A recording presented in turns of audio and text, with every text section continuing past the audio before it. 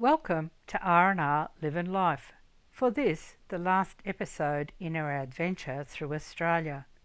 I began by listing the states we had travelled through, but that ended up with every state except Tasmania, so gave up.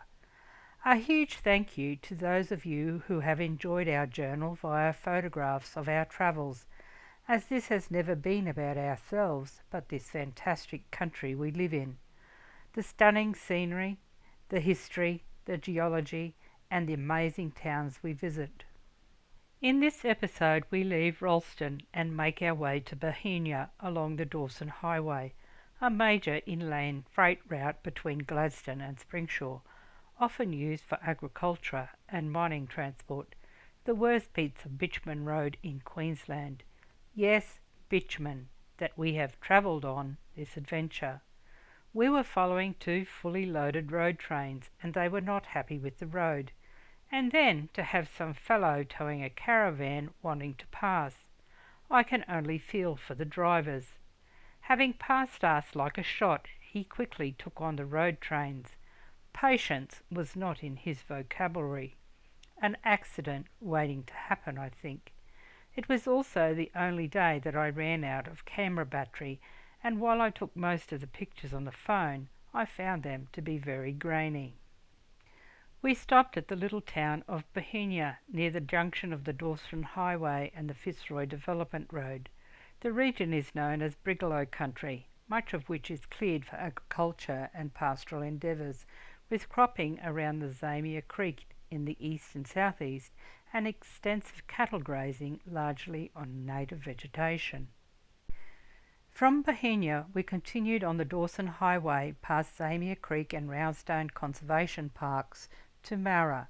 We had planned to camp on the Dawson River, but after checking it out and with the chance of rain, Rick and I decided to continue on to the Rotary Park in town. The Dawson River rises in the rugged forested area of sandstone gorges at the eastern end of the Carnarvon Range in Boxvale State Forest and adjacent private lands.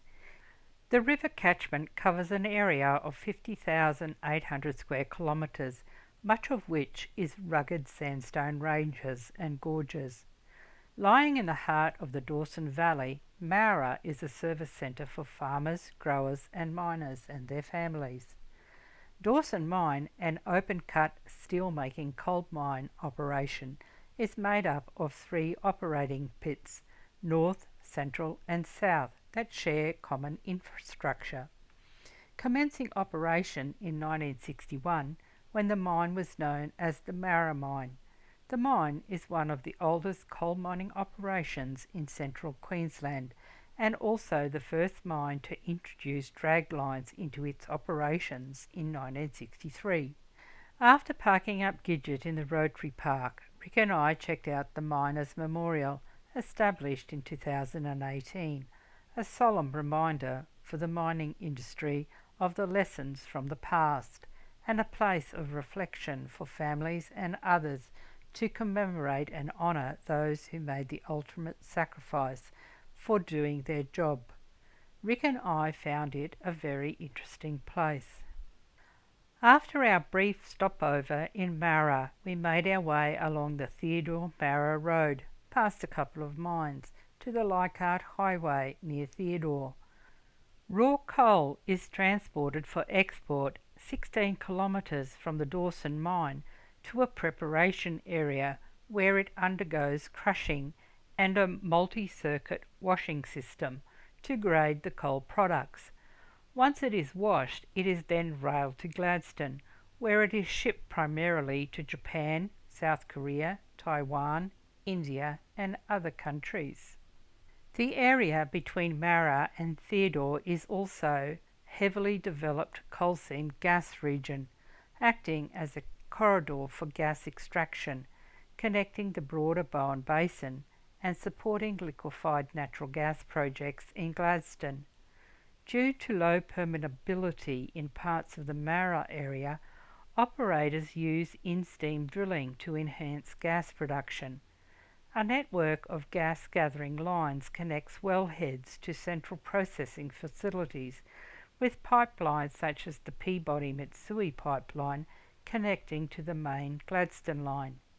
The area has seen and continues to see extensive development, with thousands of wells in operation, many targeting seams around 300 metres in depth.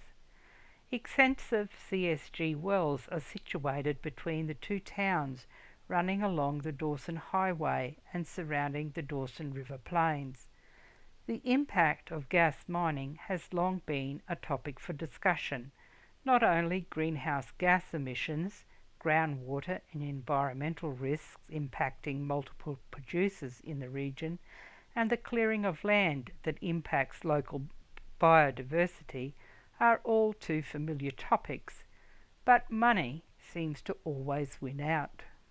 The Nathan Dam project on the Dawson River was first proposed in 1922, with the initial proposal originating around the time of the Theodore settlement, with irrigation developments in the area built in the mid-1920s on the premise that the Nathan Gorge Dam would be built.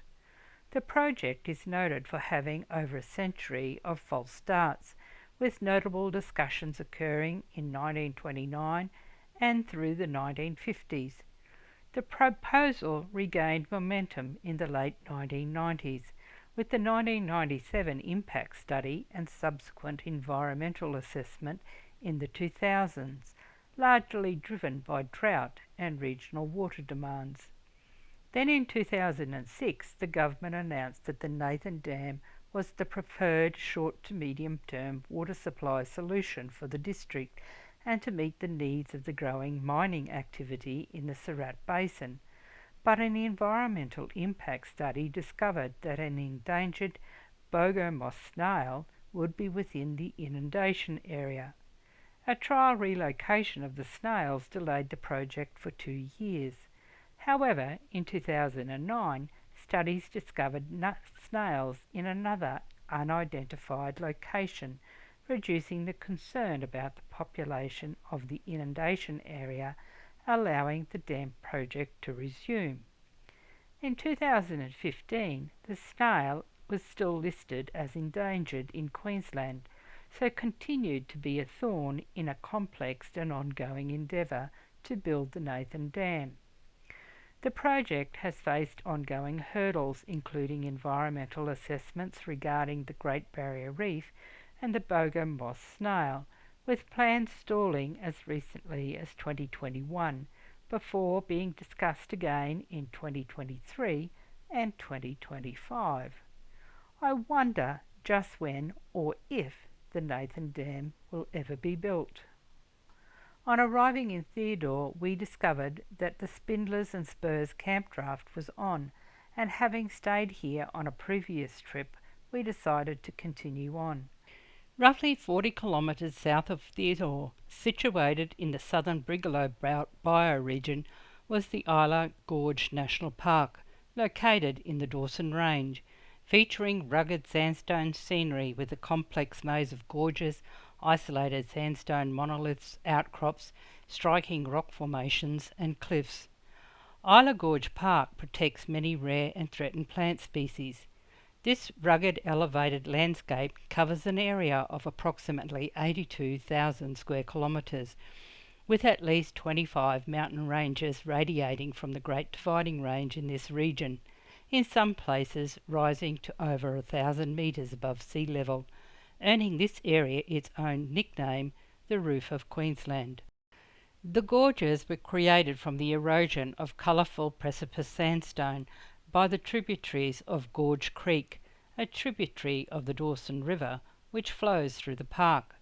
From the lookout in the upper part of the gorge, the sandstone is thin beds of white, very fine-grained sandstone and siltstone, while in the lower part the sandstone is more typically yellowish, coarse-grained, cross-bedded sandstone in thick beds.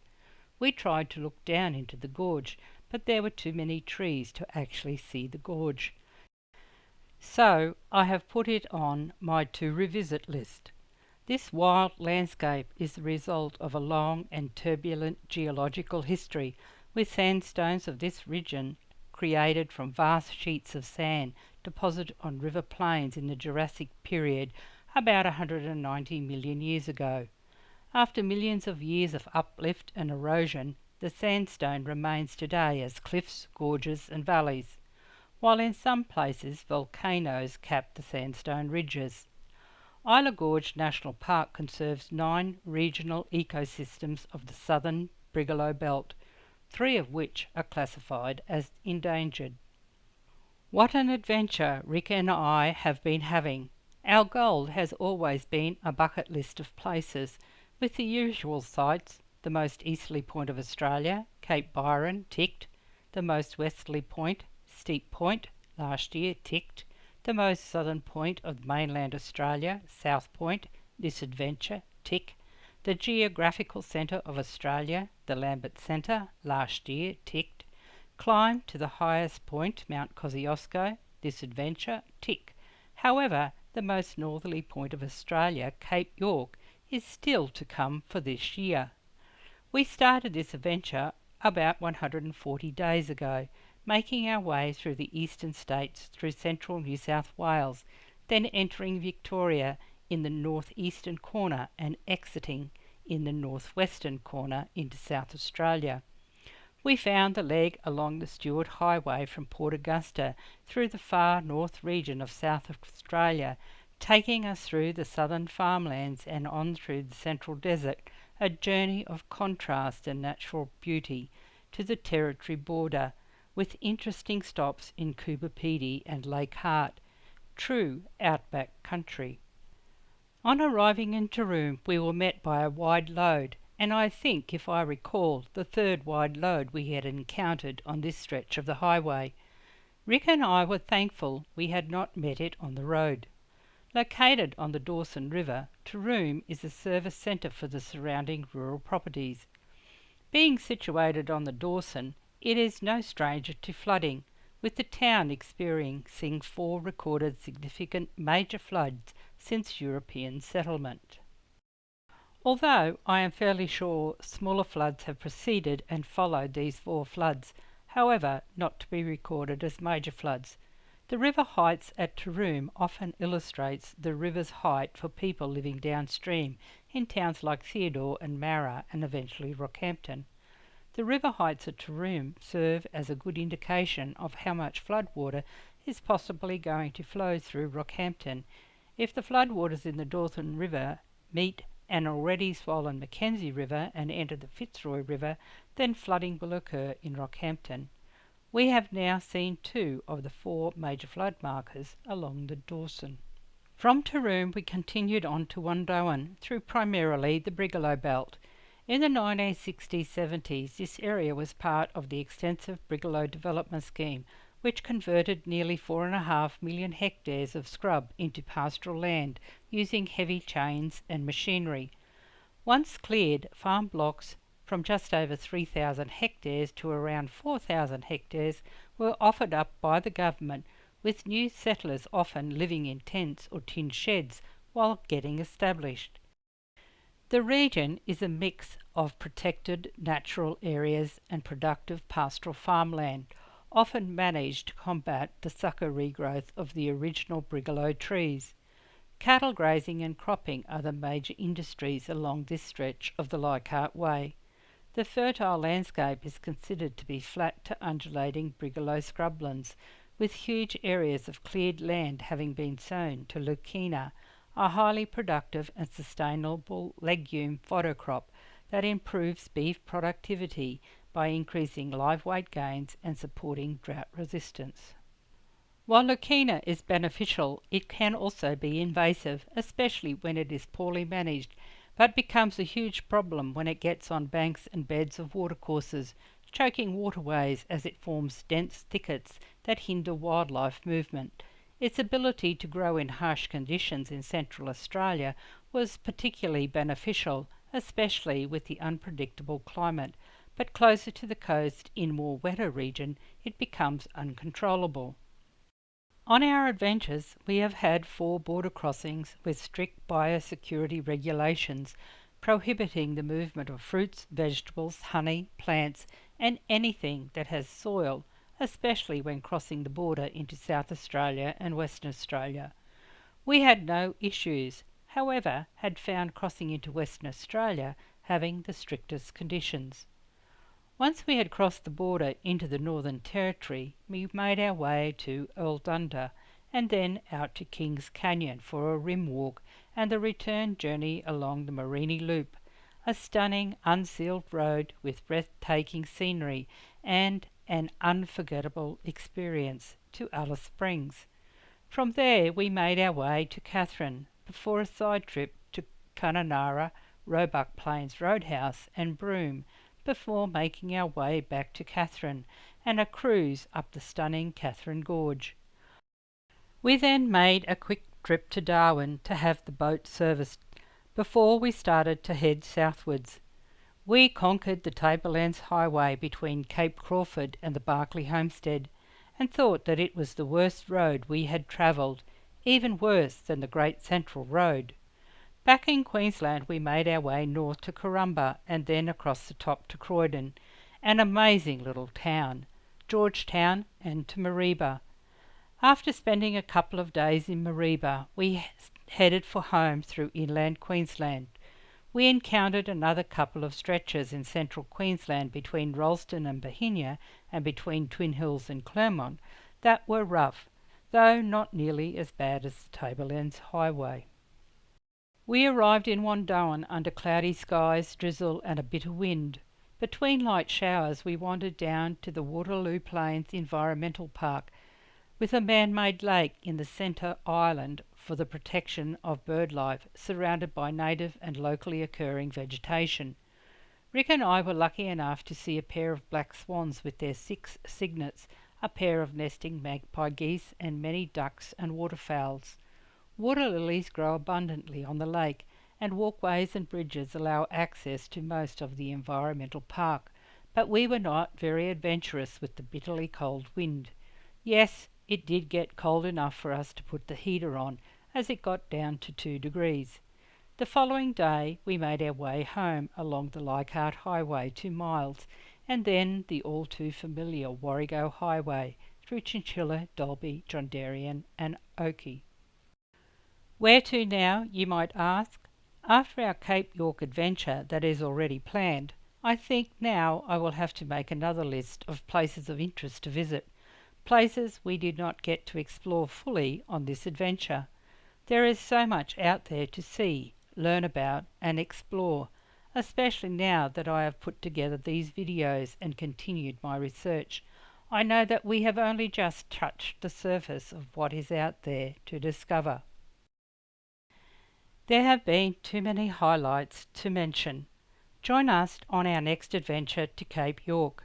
Give us a thumbs up if you have enjoyed this adventure. Thank you, Rick, for being such a wonderful planner, navigator, driver and travelling companion, while I have enjoyed being the passenger princess. Cheers for now. Cherish every moment. Rick and Rosemary. R&R Living Life.